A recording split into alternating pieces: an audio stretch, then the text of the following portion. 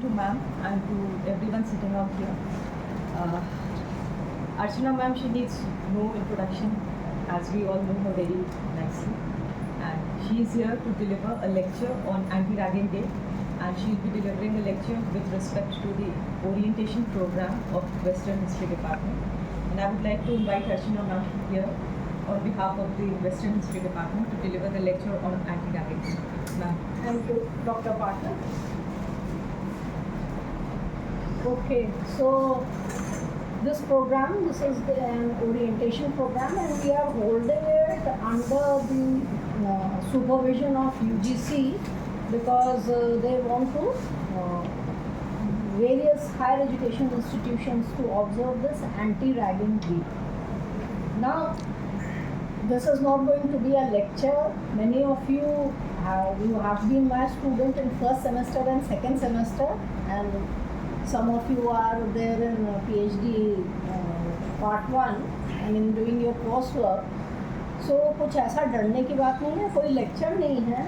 But naturally, when I was asked by the head ma'am to speak to you, I checked some of the facts, and what I found out that this word ragging, ये ragging शब्द का प्रयोग जो है ये केवल south Asia की 3 countries को अप्लाई करता है, India, Pakistan and Sri Lanka.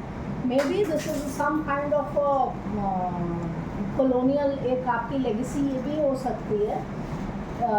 England में इसको फैगिंग कहते हैं. It is known as hazing in America, and this is bizutage in France and plague in Portugal. But name, as you know, rose you may call with any name, but it remains a rose. So ragging, whichever name we call it, the moment you utter this word, जैसे ही आप ये शब्द बोलते हैं, ये बच्चों के मन में, बच्चे क्या बड़ों के भी मन में एक डर का एहसास देता है. ठीक है. एंड एक इनिशिएटिव जो यूजीसी का ये रहा कि they have begun it here. इसका एक बहुत इम्पॉर्टेंट कोड है, you are the senior batch. आपके साथ ये है, that means you have to be sensitize. एक तरीके से हमें आपका एक मेंटल प्रिपरेशन करना है कि जो जूनियर्स आ रहे हैं एज इट इज़, हम बिल्कुल जिसको कहते नहीं है कि आई कैन स्वेयर, मैं बिल्कुल शपथ लेके कह सकती हूँ कि व्हेन यू वर जूनियर्स कोई ऐसी रैगिंग नहीं हुई थी. ये हमारी यूनिवर्सिटी का कॉन्सेप्ट है ही नहीं. हमारी यूनिवर्सिटी नर्फ में हो सकती है, एक AA+ वाली रैंकिंग में हो सकती है, लेकिन एक ये भी रैंकिंग है कि हमारे यहाँ रैगिंग नहीं होती है. एक्चुअली व्हाट हैपेंड इनिशियली, जब हमारे इंस्टीट्यूशंस थे, बच्चे कॉलेजेस से, इंटरमीडिएट वगैरह से दे केम टू अस, तो नेचुरली एक उनका इंट्रोडक्शन होता है और उन बच्चों को एज सच हिचक ना रहे.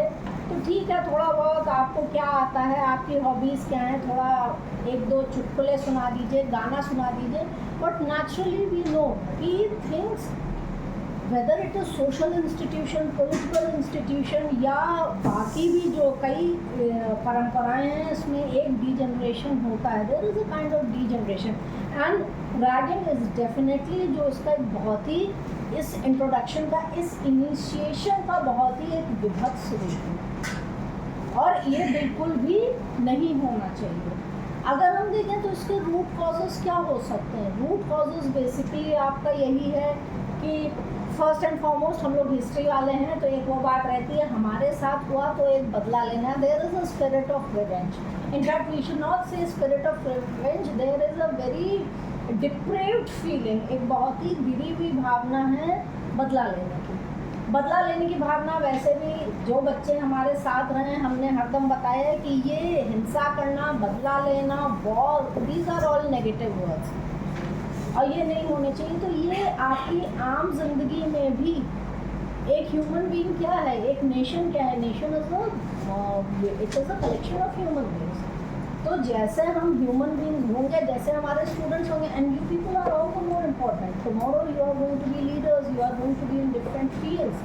आप किन किन अपने क्षेत्रों में जाएंगे, तो एक ये आपकी ट्रेनिंग बहुत वैसी रहनी चाहिए कि नहीं किसी प्रकार का जो आपका जूनियर है उसका कोई हैरेसमेंट किसी भी फॉर्म में नहीं होना चाहिए. Whether you are a student, you are a rank holder, you are holding some office, किसी प्रकार का बदला लेने की बात अगर आपके साथ हुआ भी है, be a better human being, एक दर्जे आप ऊपर उठिए. And in fact, that could be what you can say a ground for your training. That since these 1, 2, 3, 4 things they happen with me, then I am supposed to follow that these 3, 4, 5 things they should never happen to my junior. मैं ये व्यवहार नहीं करूँगा, नहीं करूँगी. ये बहुत ही important है. Because many a times these activities they leave a lifelong scar. ये आपके मन मस्तिष्क पे एक बहुत ही गहरा प्रभाव छोड़ते हैं और वो भी बहुत ही नकारात्मक तरीके का. ये चीज़ अच्छी नहीं है, राइट. एंड इनफैक्ट अगर आप साइकोलॉजी के उसमें देखिए, कमेंटिंग ऑन एनीथिंग, आप अगर किसी के स्किन कलर पे, किसी के कपड़े पे, किसी के बॉडी शेप पे, किसी भी चीज़ पे कमेंट करना गलत होता है. In fact it comes into body shaming. अगर आप को रुचि है तो आप कभी भी ये पढ़िएगा कि एक विशाखा वर्सेस राजस्थान 97 में केस हुआ था. 96 I join this department as a part time lecturer and 97 का था, जिसमें बड़ी स्ट्रिक्ट आपकी गाइडलाइंस हैं कि आप किस तरीके से अपने वर्क प्लेस में you are going to behave, you are going to observe your attitude. तो उसमें ये एक साफ हो गए कि आप अपने सामने वाले को ये नहीं कह सकते आप मोटे दिख रहे हैं, पतले दिख रहे हैं, सुंदर दिख रहे हैं, ये सब कुछ नहीं. And this is very important because this leaves a life long scar. ऐसी क्या कहने की ज़रूरत है. और आप लोग अभी स्कूल से बहुत ज़्यादा टाइम नहीं हुआ है, इतनी ट्रेनिंग है आप लोगों की, आपने कबीर पढ़ा, रहीम पढ़ा, सब कह रहे हैं कि मोल करो तलवार का, पढ़ा रहने में आता है. Evaluate yourself on the basis of the skills and the talents that you possess. आपको बाहरी आकलन से क्या ही करना है, ठीक है. आपने कौन सा पेपर चूज़ किया, आपने इंटर डिपार्टमेंटल कौन सा चूज़ किया, उसमें आप कौन सी टीचर्स हैं, कौन सी बुक्स आप पढ़ सकते हैं, लाइब्रेरी कैसे अप्रोच करना है, CLL कैसे जाना है. लखनऊ में कोई अगर लखनऊ से बाहर का है, we have students out here जो कि लखनऊ को नहीं बिलोंग करते, तो उनको आप कैसे हेल्प कर सकते हैं. आप वो कीजिए. एक बेंचमार्क छोड़िए अपने से ऊपर उठने का, विच इज़ वेरी इंपॉर्टेंट. क्योंकि रैगिंग अपने आप में क्या है, रैगिंग ये डिग्रेड करती है, नीचा दिखाती है किसी को, किसी का जो आत्मसम्मान है उसका हनन करती है. हमें ऐसा नहीं करना है. We don't have to be negative. एक पॉजिटिव मार्क छोड़िए.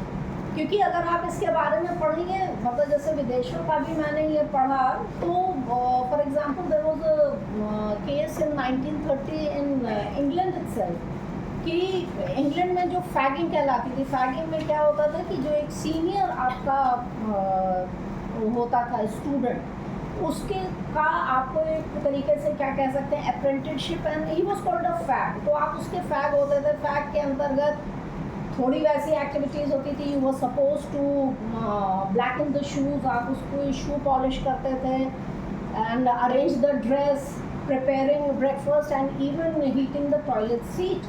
अगर आप टॉमस हार्डी पढ़ें, आप रोलैंड हाल पढ़ें, आप सबके में आप पाएंगे कि कहीं ना कहीं उन्होंने लिटरेचर में भी इसके आपको रेफरेंसेस मिलते हैं कि ये लोग जब अपने कॉलेज गए, either through way of fiction और थ्रू वे ऑफ ऑटोबायोग्राफी, वो लोग खुद कहते हैं कि ऐसा उनके साथ हुआ.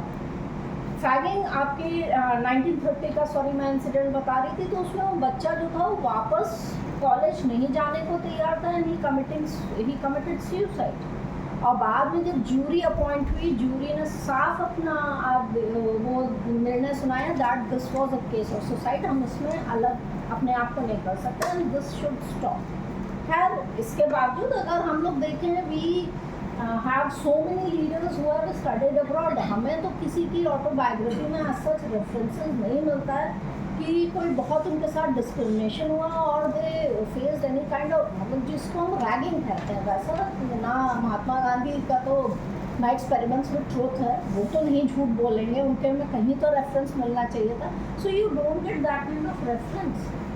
ये इस तरीके का फिर विभत्स वो करना आप क्यों करते हैं? हमारे यहाँ भी गुरुकुल परंपरा थी. गुरुकुल परंपरा में हमने तो कहीं नहीं पढ़ा कि जो नए छात्र आते थे उनके साथ किसी प्रकार का दुर्व्यवहार होता था. Never in my life. Maybe we can approach some expert from ancient Indian history, प्राचीन इतिहास के किसी विशेषज्ञ से हम लोग बात कर सकते हैं, लेकिन ना भी बात करें इतना समझ में आता है कि नहीं था, तो हम इसको क्यों वो करते हैं.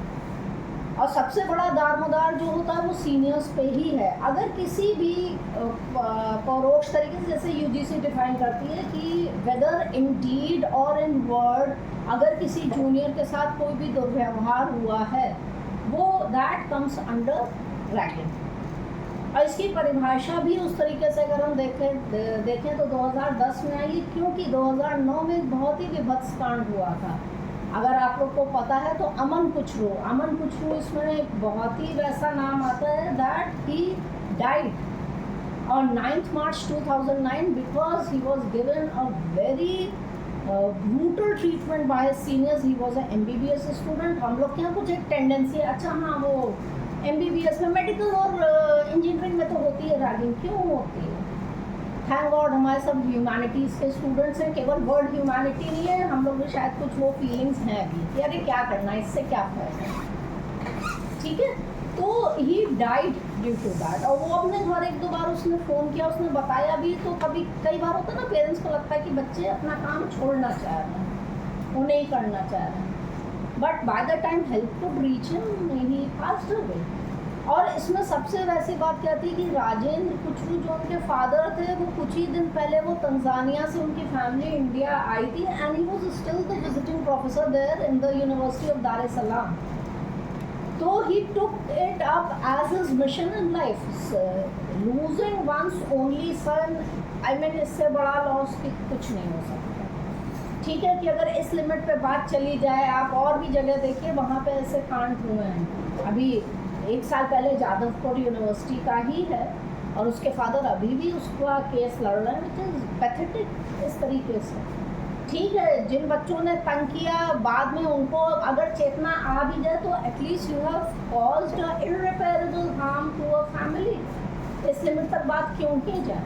तो जो राजेंद्र कुचरू हैं उन्हीं के नेतृत्व के कारण एक ये कमिटीज़ बनाई गई, और सब जगह सब यूनिवर्सिटीज़ में टीचर्स की कमिटीज़ होती हैं, because it is the senior students and teachers. हम ही लोग मिल के इस कुकृत्य को, इन घटनाओं को हम लोग हर तरीके से रोक सकते हैं. And we have to do it. ये बिल्कुल नहीं होना चाहिए, किसी भी लेवल पे नहीं होना चाहिए. जो भी बच्चा यूनिवर्सिटी आए उसको लगे कि नहीं ये बहुत वेलकमिंग इंस्टीट्यूट है, बाहर जाके वो बोले और स्वतः बोले, किसी प्रेशर के कारण ना बोले. ठीक है कि हमने उसको डराया है, नहीं, वो खुद जाके बोले कि नहीं वहाँ पे तो हमें कोई डर नहीं लगा, हमारी यूनिवर्सिटी के सीनियर्स तो बहुत अच्छे हैं. So learn that. इसके पीछे कई वो और भी वजह होती है that you want to dominate. इस तरीके से क्या डोमिनेट करना? Choose some hard work. किसी का दिल दुखा के अगर आपने डोमिनेट कर भी लिया तो आपने क्या किया? You have scarred that person. कुछ अच्छा कीजिए, एनर्जी है तो कोई आप अपनी हॉबी फॉलो कर सकते हैं. हमारे यूनिवर्सिटीज़ में कई क्लब्स हैं, आप वहाँ ज्वाइन कर सकते हैं. हमारे यहाँ गेम्स हैं, आप वहाँ ज्वाइन कर सकते हैं. तो डू दैट. ओलंपिक में रोना मचाना कि मेडल नहीं मिला, अरे आपने क्या किया? कौन सा आपने स्पोर्ट फॉलो किया? तो डू इट. ठीक है, तो इसमें सबसे महत्वपूर्ण जो है वो हम सबका एक योगदान है कि हमारा कैंपस जो है हर तरीके से रैगिंग फ्री बने. ठीक है, अभी आई थिंक 16 का जूनियर्स आ ज्वाइनिंग. 16 को हमारे जूनियर्स आएंगे, उनका भी हम एक ओरिएंटेशन करेंगे. उनको हम बताएंगे कि नहीं आप बिल्कुल मत डरिए, आपके सीनियर्स जो हैं वो बहुत ही कोऑपरेटिव हैं और बहुत ही फ्रेंडली हैं. ठीक है, और इसमें हम लोग की नाक नहीं कटनी चाहिए. ठीक है, please do not embarrass us. So this is a appeal not only from my side but from the entire teaching faculty of western history. ठीक है, प्रोफेसर राजपूत किसी वजह से नहीं आ पाएंगे, लेकिन उसका ये मतलब नहीं है, ये हम सबकी एक स्वर में आवाज़ है कि कोई भी इस प्रकार की घटनाएं नहीं होनी चाहिए. yesterday you people enthusiastically participated in the poster making, लेकिन वो ये नहीं होना चाहिए कि हमने एक पोस्टर बनाया है, एक सर्टिफिकेट मिलेगा, एक गतिविधि नहीं, ट्रांसलेट दैट इनटू प्रैक्टिस, है ना। शेक्सपियर ने भी कहा है कि it is very easy to be a teacher and teach 20 people and it is very difficult to be one of those 20 people and follow और प्रैक्टिस व्हाट यू टीच। तो कल जितने स्लोगन्स लिखे गए बहुत अच्छे थे कि we should be kind, we should not be like this, we should not be like this, और हमें किस तरीके से फ्रेंडली होना चाहिए, ठीक है। तो केवल वो वहाँ तक ना रहे, उसको आप अपने एक्ट्स में ट्रांसलेट कीजिए, ठीक। तो ना मन से, ना वचन से, ना कर्म से, किसी भी तरीके से हमें अपने जूनियर्स को कोई भी आहत नहीं पहुंचाना, ठीक है। मैम इतना काफ़ी होना चाहिए, है ना, फॉलो तो कर रहे हैं, है ना। Okay, thank you so much for giving me a patient.